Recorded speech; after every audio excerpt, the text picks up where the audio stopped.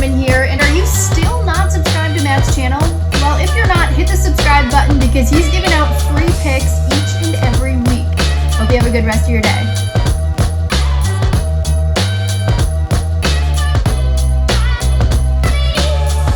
NFL Week 7 is here, guys. I'll be looking at the big games, in my opinion at least, breaking them down, providing my thoughts. Also my favorite teaser bets and underdogs of the week. Another profitable week for myself and clients. Missed out on a few bets, mainly in the teaser market. We did land on Green Bay and Tampa in the teaser market. Definitely regretting those now. A couple upsets though, right? Hard to see those teams losing outright. But it did happen. Weekly update in the NFL. If you want all sports, head over to my UFC video. Check that out. Big card this weekend. And also on my website. You can head over to the website systemsportscapping.com for all my updated records. You can find my client comments over there over the years, videos, free picks, and also my resume. NFL, a 65% run here since week 2, 26-14 run, just under 6 units, grinding profit away. I am happy with that, but always could be better. Profitable in all markets, guys. Props, spreads, totals, and even the teaser market. Dude, when I attack teasers, always plus money. Always plus money teasers. So we are 500 on the teasers. However, plus money helps a ton. A nice run in all sports right now, guys. Led by the UFC at 17-3. Trying to add to that total this week. It will be a fairly big client card this week. One bad beat, I guess you can say, last week. And it's probably with the Cowboys. I did go 2-1 on spreads, but could have easily been 3-0.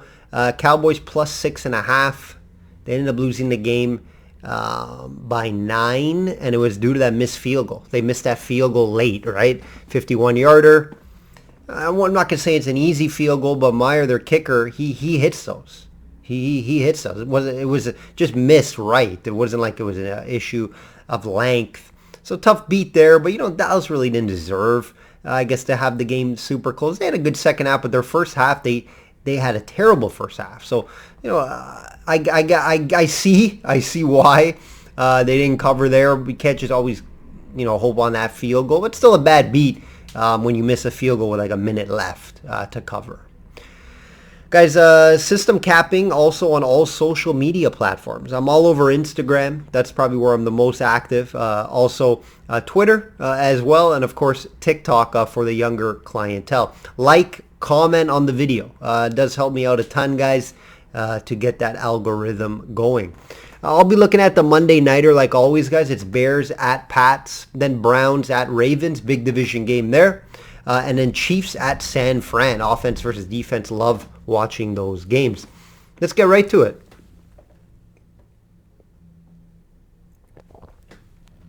Browns at Ravens. Ravens minus 6.5 total, 45.5. It's the second video I'm doing in a row here, guys. Got the coffee going. Unable to do the video on Friday. I usually do Friday morning, NFL, UFC Thursday. But I got obligations this weekend. Another heartbreaking loss for the Ravens last week. I just can't get in my mind around how they're losing these games in the fourth quarter. Up 10 in the fourth with 6 minutes left, and they blew another lead. Why? This time, just a few mental breakdowns. A couple stupid penalties, and the stupid Lamar Jackson interception. I don't know why he threw it. They could have punted and just won that game. Or if they didn't have that offside as well, they could punt it. It was just mental issues, and it's not because of the coaching staff. They have great coaches. It just I don't get it. It's like they're cursed in the fourth. This team's 3-3, but easily could be 6-0. And I'm not just exaggerating saying that because it's my team. They're blowing just fourth quarter leads. They've led through in most games up until the third quarter, right? All their losses came in the fourth quarter. It's very difficult to watch. It's hard to get around, right? When the coach is asked that, we have to do better. He doesn't even know, right? They outstatted the Giants everywhere, but it didn't matter in the end, right? Because what I just mentioned. Everywhere the Ravens were better in that game, it just, you can't make those mental mistakes late. I hit on the under in that game for clients, which is my main play of the week, actually, as a total. It was a full unit on there. I did miss out on the Ravens in a money line play in a smaller unit, however.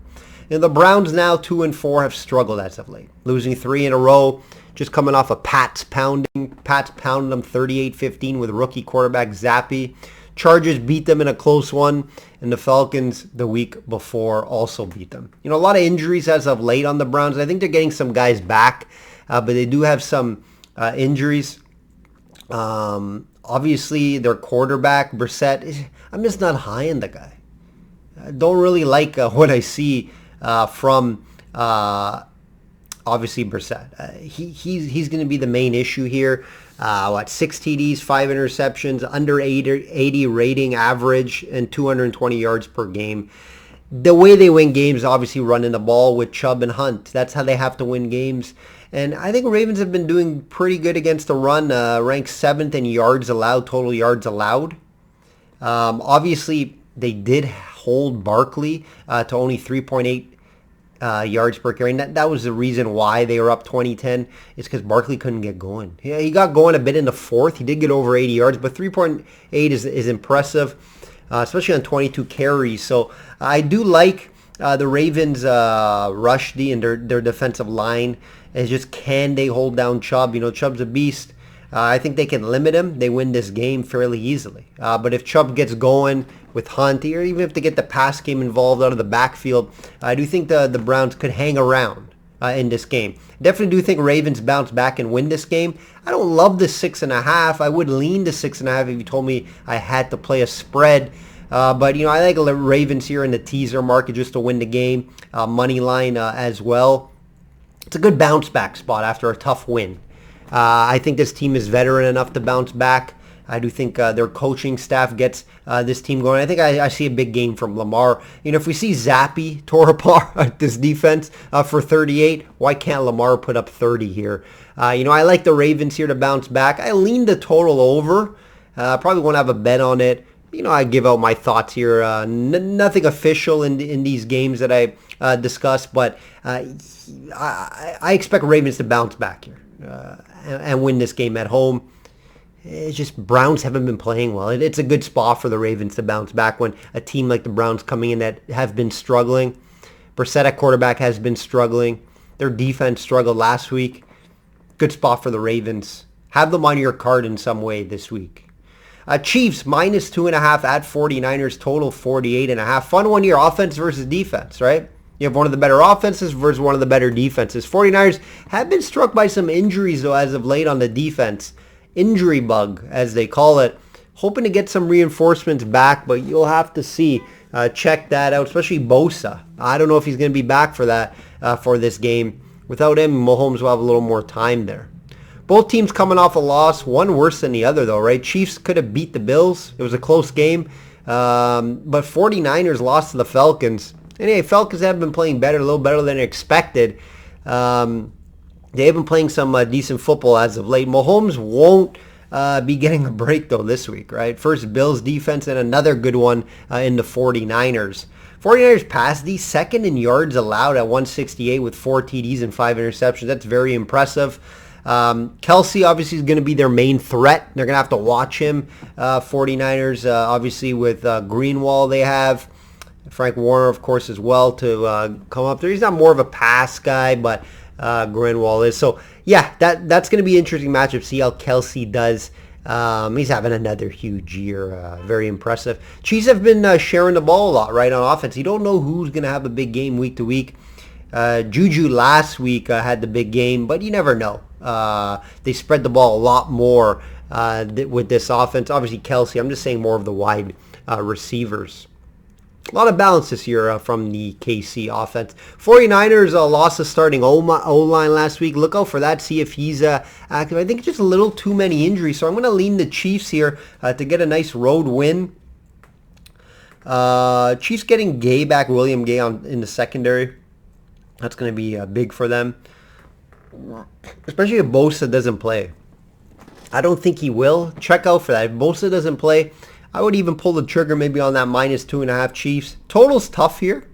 Total is tough. I'm not going to have a bet on the total.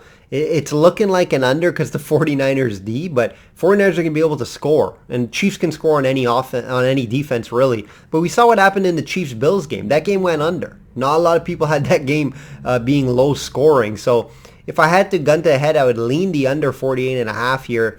But definitely not going to make my card. A couple props to look at, guys.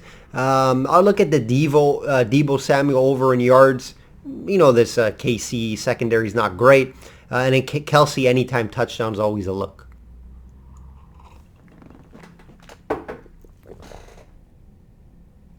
Monday Nighter. Not a great Monday Nighter, but we have a Monday Nighter like always. Bears at Pats. Pats -8. Total 39.5. Not the most exciting game. I could see this one being very low scoring. The Pats are starting to play better now, though, at 3-3, guys. With Zappy, the rookie. Jones seems healthy. What are they going to do there? A little bit of, Zappy's been playing well. He's been winning games for them. Are they going to ride the momentum with him? Not too sure if Jones is ready for this week, but he's starting to get healthy now. So that's going to be interesting to see. So definitely watch that. Zappy's completions percentage, over 70%, which is impressive, and 110 passer rating. How are you going to pull this guy right now? Right? And he's doing this with limited weapons. Myers is their number one wide receiver, still hasn't been there. The weapons aren't there for him, and he's doing it. So it's impressive. Bears pass D has been their strength, though, all year. So it will be a test for Zappy. Bears pass D allowed 4 TDs and have 5 interceptions. So 4 TDs, 5 interceptions, allowing QBs to throw 79% only passer rating. Eddie Jackson has been playing well for them. 3 interceptions, and seems to be just all over the field. Watching film on him this week. Vildar also been solid, 54% completion percentage when thrown to. So that's some impressive numbers there. I expect the Pats to want to run the ball a ton in this one. With Stevenson, I think Harris may be back. Look out for that. Bears haven't been good versus the run, allowing 4.7 yards per carry. I expect Stevenson to be able to run the ball a ton here. If his prop is low enough, I will be taking him over, just because I don't think Harris is 100%. So if you can get Stevenson, 40, 50 yards, I'll look at the rushing, and I'll also look at the rushing TD prop on Stevenson. He's mainly their goal line back. Justin Fields, he's just not a great QB, guys. I don't know what to say. He gets sacked a ton. He takes time to throw the ball. And when he does throw the ball, it's just not fairly accurate. So once in a while, he has a nice bomb to Mooney. But he's just not a reliable quarterback, in my opinion. He has questionable IQ as well. He's just not a guy. I don't know if he's a long-term solution for them. Now, the Bears are rebuilding, so they're going to keep him in there as long as possible. But I just don't know what to think about the guy. And you're playing Pats at home with their defense. I like the Pats here, especially on the teaser market here. Get them down to just win the game. Eight's high.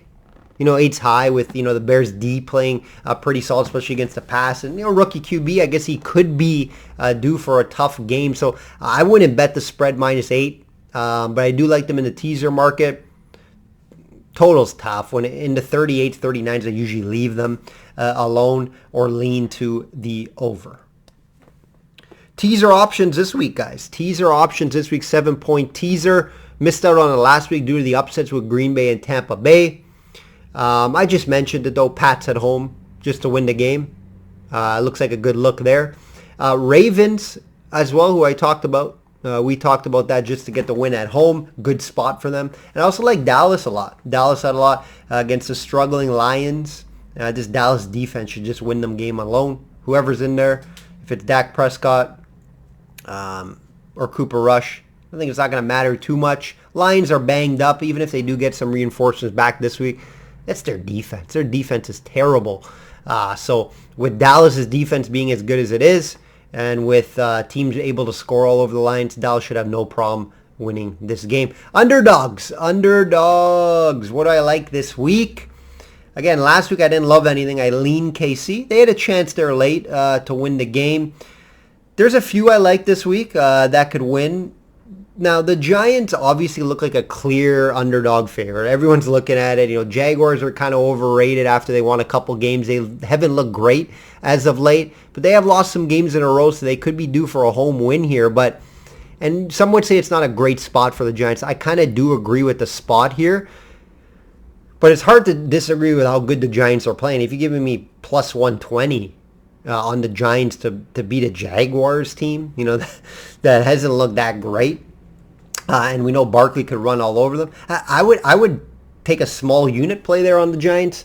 Again, don't love the spot. Also, 49ers at home would be probably my second favorite here with that defense. Obviously, they can shut down KC for somewhat. I wouldn't say shut down completely, but they can do it just like the Bills did last week. And then third favorite here would be the Colts on the road to avoid the sweep against the Titans. Taylor will be back for this one. Big game for them. Big win last week versus the Jags. I think Colts are starting to play a little better now, so there is some value there as well. That will do it, guys. NFL Week 7. Definitely check out my UFC video if you haven't. Big card this weekend. NFL Week 7 Thursday game. What is it? Cardinals Saints. I have no plays on that game. Not even any props for my clients. Tough game to call. Arizona's a tough team to predict. Like I always say, guys, bet smart and know your limits. Enjoy this week's card.